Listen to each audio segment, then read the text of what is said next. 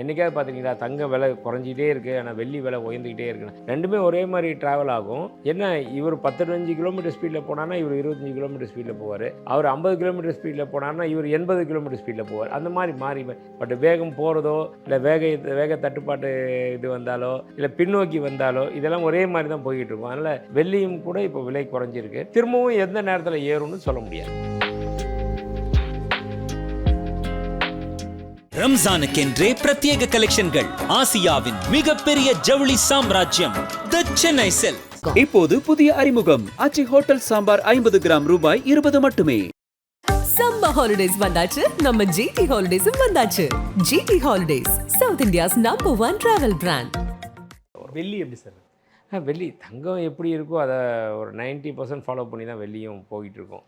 என்றைக்காவது பார்த்துருக்கீங்களா? தங்கம் விலை குறைஞ்சிட்டே இருக்குது. ஆனால் வெள்ளி விலை உயர்ந்துக்கிட்டே இருக்குன்னு. 2மே ஒரே மாதிரி ட்ராவல் ஆகும். என்ன இவர் 15 கிலோமீட்டர் ஸ்பீடில் போனார்னா, இவர் 25 கிலோமீட்டர் ஸ்பீடில் போவார். அவர் 50 கிலோமீட்டர் ஸ்பீடில் போனார்னா, இவர் 80 கிலோமீட்டர் ஸ்பீடில் போவார். அந்த மாதிரி மாறி பட் வேகம் போகிறதோ, இல்லை வேக தட்டுப்பாட்டு இது வந்தாலோ, இல்லை பின்னோக்கி வந்தாலோ, இதெல்லாம் ஒரே மாதிரி தான் போய்கிட்டு இருக்கும். அதனால் வெள்ளியும் கூட இப்போ விலை குறைஞ்சிருக்கு. திரும்பவும் எந்த நேரத்தில் ஏறும்னு சொல்ல முடியாது.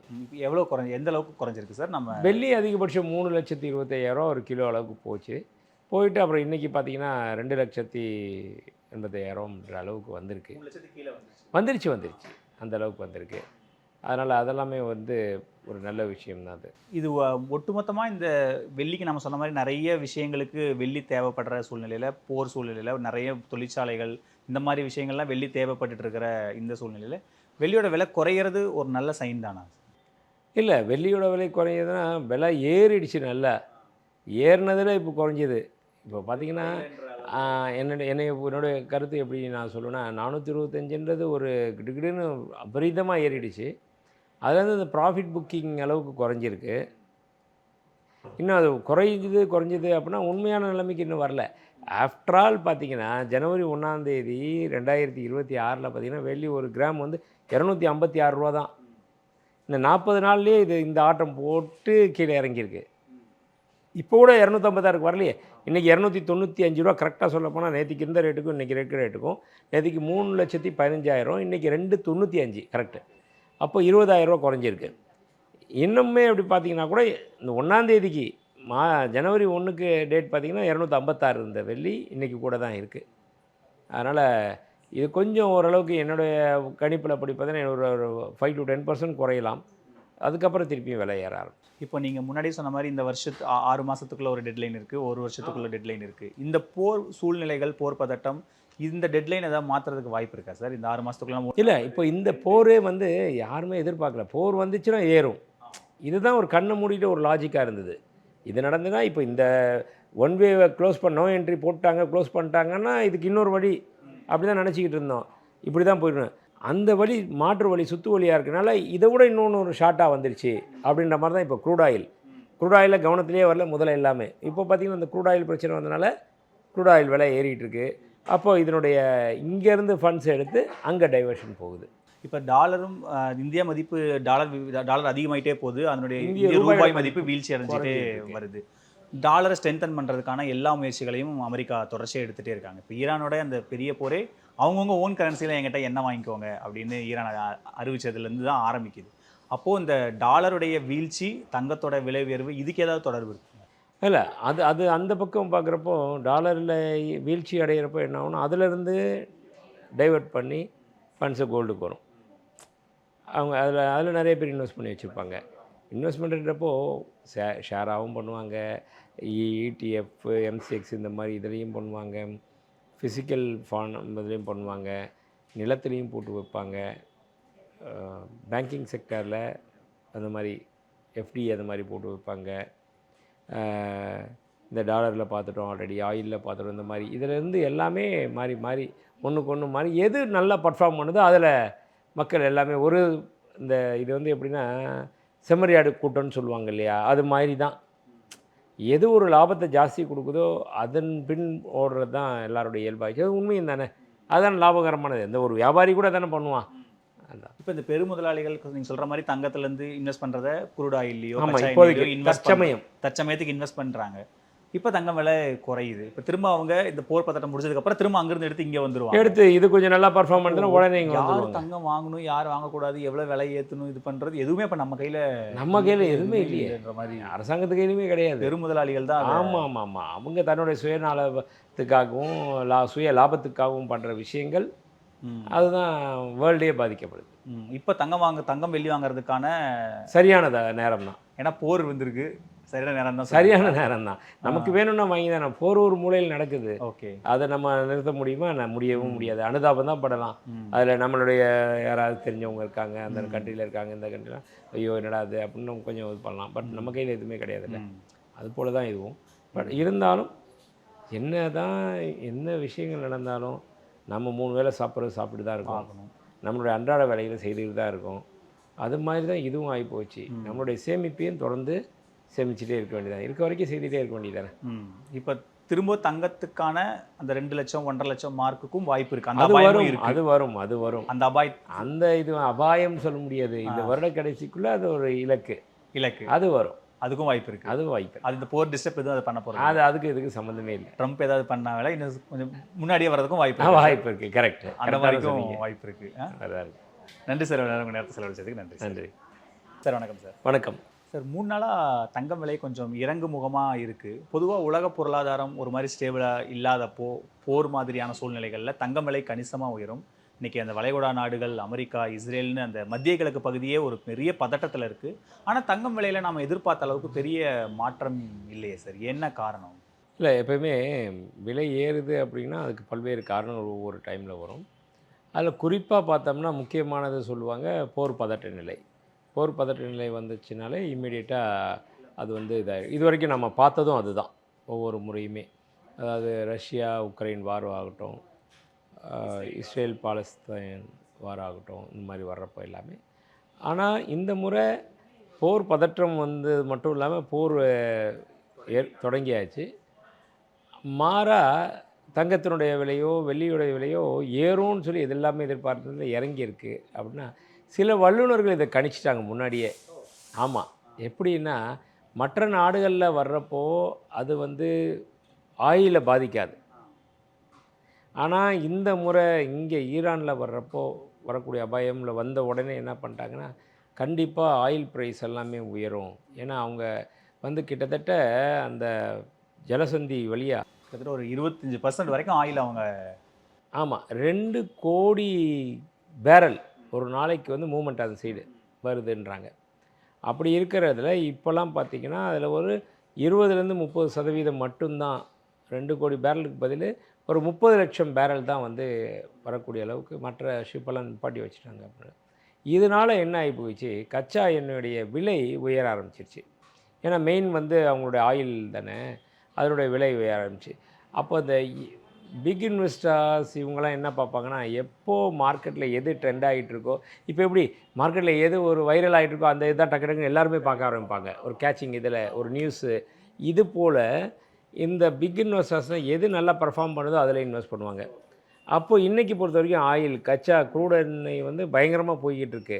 க்ரூட் ஆயில் டிமாண்டு அதனுடைய இனி வரும் கூட இதனுடைய தாக்கம் அடுத்து இதாகும். அதில் பண்ணாங்க. அதில் பண்ணுறப்போ ஆட்டோமேட்டிக்காக இதில் இருந்த ஃபண்டெல்லாம் எடுத்து அதுக்கு டைவர்ட் பண்ணுறாங்க, ட்ரான்ஸ்ஃபர் பண்ணுறாங்க. அப்படினால இதனுடைய நிலைப்பாடு ஒரு உயரும்னு எதிர்பார்த்தது போக அப்படி நிற்க ஆரம்பிச்சிது.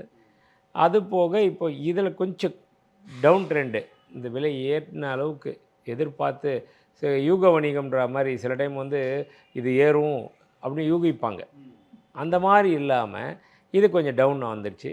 அதனால தான் விலை குறைஞ்ச ஆரம்பிச்சிது இந்த அளவுக்கு. இப்போ என்ன விலை சார் இன்றைக்கி 3 நாளாக கிட்டத்தட்ட ஒரு 5000-6000 கிட்ட குறைஞ்சிருக்குன்னு சொல்கிறாங்க. இல்லை 5000-6000லாம் குறையில, விலை ஏறிக்கிட்டே இருந்துச்சு. இன்னும் ஏறணும்னு நினச்சாங்க. நேற்றுக்கு மட்டுமே 2200 சில குறைஞ்சிது.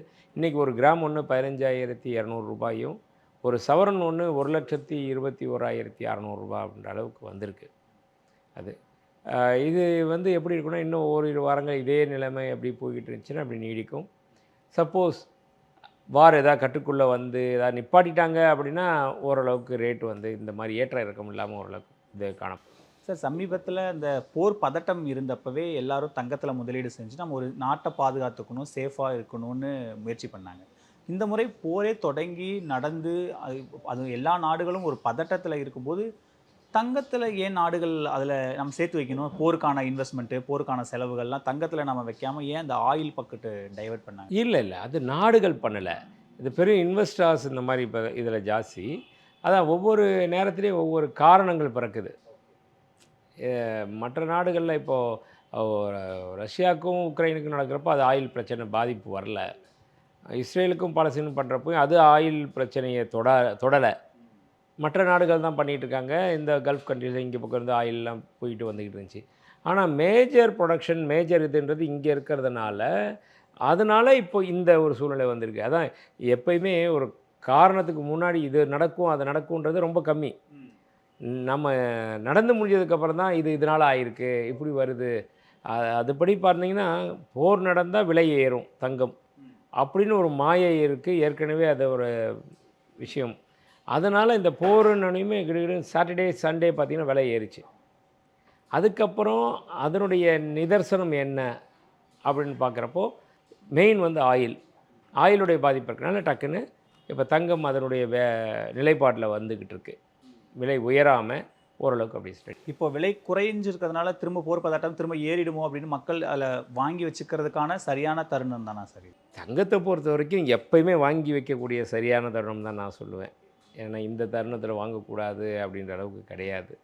கொஞ்ச நாள் இறங்குற மாதிரி இருந்தாலும் திருப்பி ஏறக்கூடிய வாய்ப்பு நிறைய இருக்குன்றனால நம்மள்ட்ட இருந்தால் அதை நிச்சயமாக தாராளமாக இன்வெஸ்ட் பண்ணி வைக்கலாம்.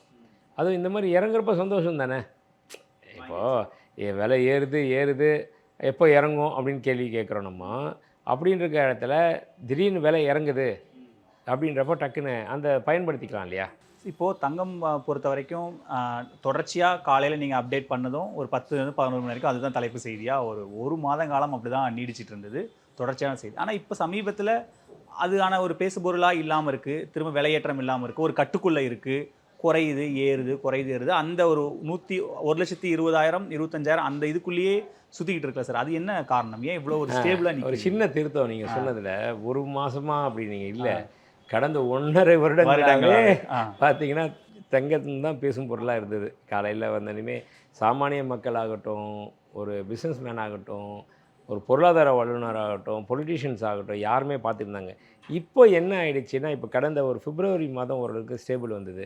ஜனவரி 28, 30 தேதியில் பார்த்தோம்னா அந்த ப்ராஃபிட் புக்கிங் பீரியடு அது எல்லாமே வந்த உடனே அந்த ஷேர் மார்க்கெட்டில் வந்து ட்ரேட் புக்கிங் பண்ணவங்க ரேட்டெல்லாம் கட் பண்ண வேண்டிய சூழ்நிலை வந்துச்சு. இடிஎஃப்பில் ப்ளஸ் எம்சிஎக்ஸ் ட்ரேடிங்கில் இதில் எல்லாமே. அதனால் எல்லாமே கொஞ்சம் சமச்சீர் நிலைமைக்கு வந்துச்சு.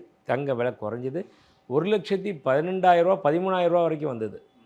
வந்துட்டு அப்படியே இருந்த தங்கம்னா திருப்பியும் இந்த ஒரு போர், டாரிஃப் வார், வர்த்தக போர், ஃபிசிக்கல் போர் அப்படின்னு தான் சொல்லணும். ட்ரம்ப்போடைய ஆட்டம் தொடர்ந்து இருந்துக்கிட்டே இருந்துச்சு இல்லையா? அது வரைக்கும் இப்போது லாஸ்ட்டாக வந்து அந்த சுப்ரீம் கோர்ட் ஆர்டரையும் மீறி 15% அவங்க 10% ஆக்குனாங்க. 18லேருந்து 10 ஆக்குனாங்க. இவர் வந்துட்டு திருப்பி அகைன் ஒரு 15%ன்ற மாதிரி எல்லாத்துக்கும் கொண்டு வந்தார். அது வரைக்கும் அதுதான் பிரதான பொருளாக பேசும் பொருளாக இருந்தது. அதுக்கப்புறம் பார்த்தா இந்த போர் பதட்ட நிலை வந்துச்சு, ஏறிச்சு. இப்போ கொஞ்சம் ஓரளவுக்கு பரவாயில்ல. இப்போ கூட வந்து அந்த 1,14,000ன்ற அளவுக்கு வரல இல்லை, இன்னும் 1,21,000 22ன்ற அளவு தான் ஏறி தான் இருக்குது இந்த இதை பொறுத்த வரைக்கும்.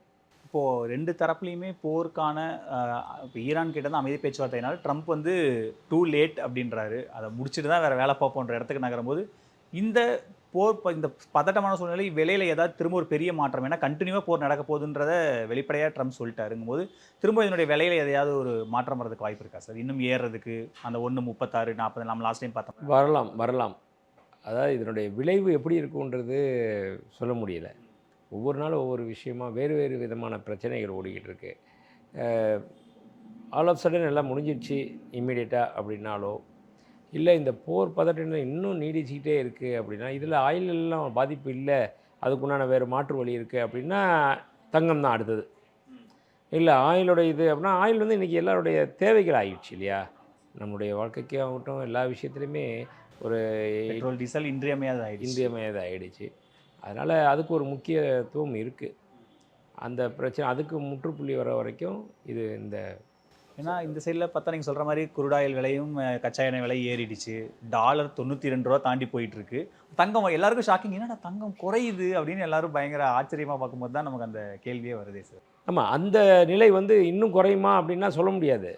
அது அடுத்த ஒரு ஒரு ஒரு ஒரு 3-4 நாட்கள்லேயே திருப்பி விலை ஏற ஆரம்பிச்சிடும். அந்த மாதிரி தான் இருக்குது. அதனால் இந்த தருணம் சரியான ஒரு தருணம். இந்த இது வந்து குறைஞ்சிருக்கா, இது பரவாயில்ல, சந்தோஷப்படக்கூடிய ஒரு விஷயம் அப்படின்னு நினச்சி தான் இதில் இன்வெஸ்ட் பண்ணணுன்ற. ட்ரம்ப்போட ஆட்டம் வந்து தங்கம் விலையில் அஃபெக்ட் பண்ணலன்னு எடுத்துக்கலாமா சார்? ஆமாம், கண்டிப்பாக. இந்த அவருடைய ஆட்டம் வேறு மாதிரி இருந்தது. இது வந்து போர் வகையில் போய் இதில் நீங்கள் சொல்கிற மாதிரி ஒரு பக்கம் வந்து டாலரு இதாகிடுச்சு. இதுக்கெல்லாம் மாற்று வேறு ஏதாவது ஒரு விஷயங்கள் நடந்துச்சுன்னா டக்குன்னு அதனுடைய பாதிப்பு இங்கே தங்கத்தில். ரம்ஜானுக்கென்றே பிரத்யேக கலெக்ஷன்கள். ஆசியாவின் மிகப்பெரிய ஜவுளி சாம்ராஜ்யம் தி சென்னை சில்க்ஸ். இப்போது புதிய அறிமுகம் ஆச்சி ஹோட்டல் சாம்பார் 50 கிராம் ரூபாய் 20 மட்டுமே. சம்மர் ஹாலிடேஸ் வந்தாச்சு, நம்ம ஜிடி ஹாலிடேஸும் வந்தாச்சு. GT holidays, south India's number 1 travel brand.